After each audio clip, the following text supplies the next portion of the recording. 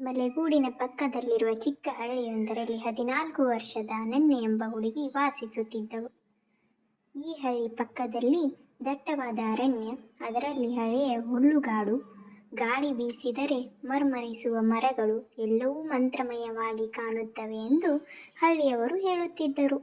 ಆದರೆ ಅನನ್ಯಗೆ ಇವು ಎಲ್ಲವೂ ಕೇವಲ ಕಥೆಗಳಾಗಿದ್ದವು, ಅಂದರೆ ಹಳೆಯವರ ಕಲ್ಪನೆ ಎಂದು ಅನಿಸುತ್ತಿತ್ತು ಅವಳಿಗೆ. ಅನನ್ಯ ತನ್ನ ಅಜ್ಜಿ ಜೊತೆ ವಾಸಿಸುತ್ತಿದ್ದಳು. ಹಳ್ಳಿಯವರು ಚಂದ್ರಮ್ಮ ಅಜ್ಜಿ ಎಂದು ಆ ಅಜ್ಜಿಯನ್ನು ಕರೆಯುತ್ತಿದ್ದರು. ಆದರೆ ಅನನ್ಯ ಆಕೆಯನ್ನು ಮ್ಯಾಜಿಕ್ ಅಜ್ಜಿ ಎಂದು ಕರೆಯುತ್ತಿದ್ದಳು.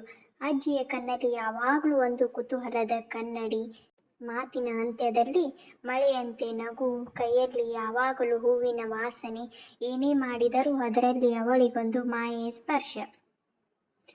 ಒಂದು ಸಂಜೆ ಹಳ್ಳಿಯ ಮೇಲೆ ಆಕಾಶದಲ್ಲಿ ಅಸಹಜವಾದ ಗಾಳಿ ಸಂಚರಿಸುತ್ತಿತ್ತು. ಗಾಳಿ ತನ್ನ ಜೊತೆ ಬೆಳ್ಳಿಯ ಪುಡಿಯನ್ನು ತಂದಂತೆ ಹೊಳೆಯುತ್ತಿತ್ತು.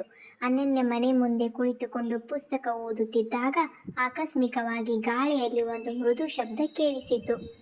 ಅನನ್ಯ, ಅನನ್ಯ, ಅವಳು ಬೆಚ್ಚಿ ಬಿದ್ದಳು. ಸುತ್ತಮುತ್ತ ಯಾರೂ ಇಲ್ಲ. ಅಜ್ಜಿ ಒಳಗಿನಿಂದ ಕರೆದರು, ಮಗಳೇ, ಒಳಕ್ಕೆ ಬಾ, ಇಂದು ಗಾಳಿ ಸಾಮಾನ್ಯ ಗಾಳಿ ಇಲ್ಲ ಎಂದು ಹೇಳಿದರು. ಆಗ ಅನನ್ಯ, ಏನಾದ್ರೂ ಭಯಂಕರವಾ ಅಜ್ಜಿ ಎಂದು ಕೇಳಿದಳು. ಅಜ್ಜಿ ಅವಳ ಕಡೆ ನೋಡಿ ಒಂದು ವಿಚಿತ್ರ ನಗೆಯನ್ನಿಟ್ಟರು.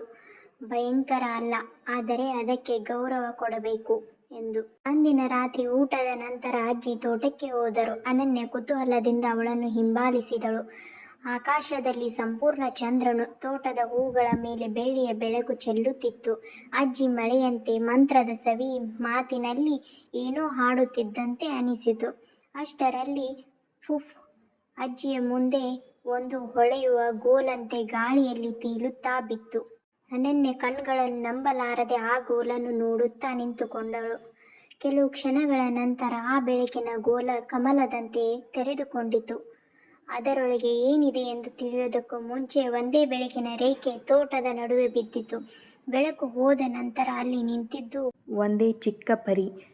2 ಕೈ ಗಾಳಿಯಲ್ಲಿ ಚಿಮ್ಮುವ ಚಿನ್ನದ ಪುಡಿ, ಹಸಿರು ರೇಷ್ಮೆ ಉಡುಪು, ಬೆನ್ನ ಹಿಂದೆ ಮೃದುವಾದ ಪಾರದರ್ಶಕ ರೆಕ್ಕೆಗಳು. ಇದನ್ನು ನೋಡಿ ಅನನ್ಯ ಬೆಚ್ಚಿ ಬಿದ್ದಳು. ಇದು ನಿಜವಾದ ಪರಿಯೇ ಎಂದು ಕೇಳಿದಳು.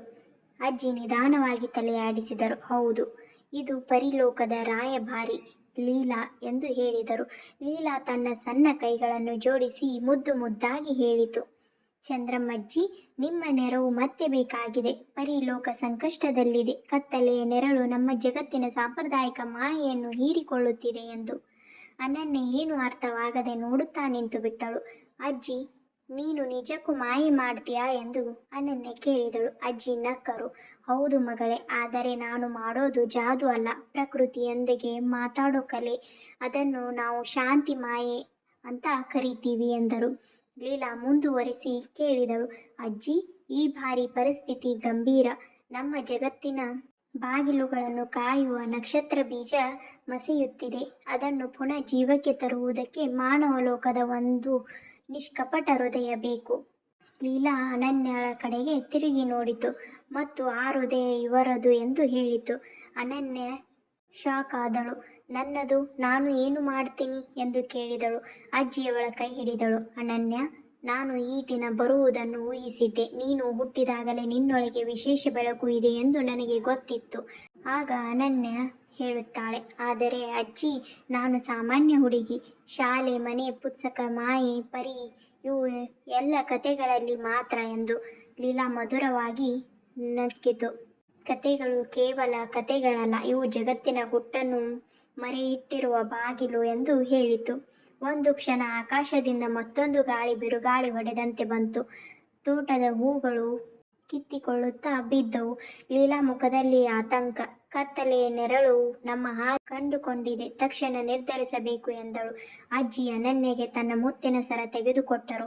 ಇದು ನನ್ನ ಮಾಯೆಯ ಸಂಕೇತ. ಇಂದಿನಿಂದ ಇದು ನಿನ್ನದೇ. ನೀನು ಪರಿಲೋಕಕ್ಕೆ ಹೋಗಿ ನಕ್ಷತ್ರ ಬೀಜ ಪುನರ್ಜೀವನಕ್ಕೆ ಸಹಾಯ ಮಾಡಬೇಕು ಎಂದರು. ಅನನ್ಯ ಆ ಸರವನ್ನು ನೋಡುತ್ತಾ ಕಂಗಾಲಾದಳು. ಅಜ್ಜಿ, ನನಗೆ ಭಯವಾಗ್ತಿದೆ ಎಂದಳು. ಅಜ್ಜಿ ಮಮತೆಯಿಂದ ಅವಳ ಗಲ್ಲ ತಟ್ಟಿದರು. ಭಯ ಎಲ್ಲಿ ಇರುವುದೋ ಅಲ್ಲಿ ಸಾಹಸ ಹುಟ್ಟುತ್ತೆ ಮಗಳೇ ಎಂದು ಹೇಳಿದರು. ಲೀಲಾ ತನ್ನ ಮಂತ್ರದ ಕಡ್ಡಿಯನ್ನು ಆಕಾಶಕ್ಕೆ ಎತ್ತಿದಳು. ಬೆಳಕಿನ ವಲಯ ಒಬ್ಬರಿದ್ದ ಹಾಗೆ ಮೂಡಿತು. ಹೊಳೆಯುತ್ತಿರುವ ಬಾಗಿಲು, ಆ ಬಾಗಿಲಿನ ಪಾರದರ್ಶಕ ಒಳಗೆ ನೂರಾರು ಚಿನ್ನದ ಪುಡಿಯ ದಾರಿಗಳು, ದೂರದಲ್ಲಿ ಮಿನುಗುವ ಗಾಳಿಗಳು, ಪರಿಲೋಕದ ದರ್ಶನವಾಯಿತು. ಲೀಲಾ ಅನನ್ಯಳೊಂದಿಗೆ ನೋಡಿ ಕೈ ಚಾಚಿದಳು. ಬಾ, ಪ್ರಾರಂಭ ಕಾಲವಾಗಿದೆ ಎಂದು ಹೇಳಿದಳು. ಅನನ್ಯ ಹೃದಯ ಒದ್ದೆಯಾಯಿತು. ಒಂದು ಹೆಜ್ಜೆ, ಮತ್ತೊಂದು ಹೆಜ್ಜೆ. ಮಾಯಾ ಬಾಗಿಲಿನ ಅಂಚಿಗೆ ಬಂದಾಗ ಅವಳು ತಿರುಗಿ ಅಜ್ಜಿಯ ಮುಖದ ಕಡೆ ನೋಡಿದಳು. ಅಜ್ಜಿ ನಕ್ಕರು. ನಿನ್ನ ಬಾಳಿನ ಮೊದಲ ಸಾಹಸಕ್ಕೆ ಸ್ವಾಗತ ಎಂದು ಹೇಳಿದರು. ಅನನ್ಯ ಆ ಬೆಳಕಿನ ಬಾಗಿಲಿನೊಳಗೆ ಕಾಲಿಟ್ಟ ಕ್ಷಣದಲ್ಲಿ ಒಂದೇ ಹೊಳೆಯುವ ಬೆಳಕು ಮತ್ತು ಗಾಳಿಯ ಸದ್ದು. ಅನನ್ಯ ಕಣ್ಗಳನ್ನು ತೆರೆದಾಗ ಅವಳು ಇದ್ದಿದ್ದು ಮನುಷ್ಯರ ಲೋಕವಲ್ಲ, ಪರಿಲೋಕದ ಮಧ್ಯದಲ್ಲಿ. ಈ ಕತೆ ಇಷ್ಟ ಆದರೆ ಇದರ ಮುಂದಿನ ಕತೆಗಾಗಿ ಭಾಗ 2 ನೋಡಿ.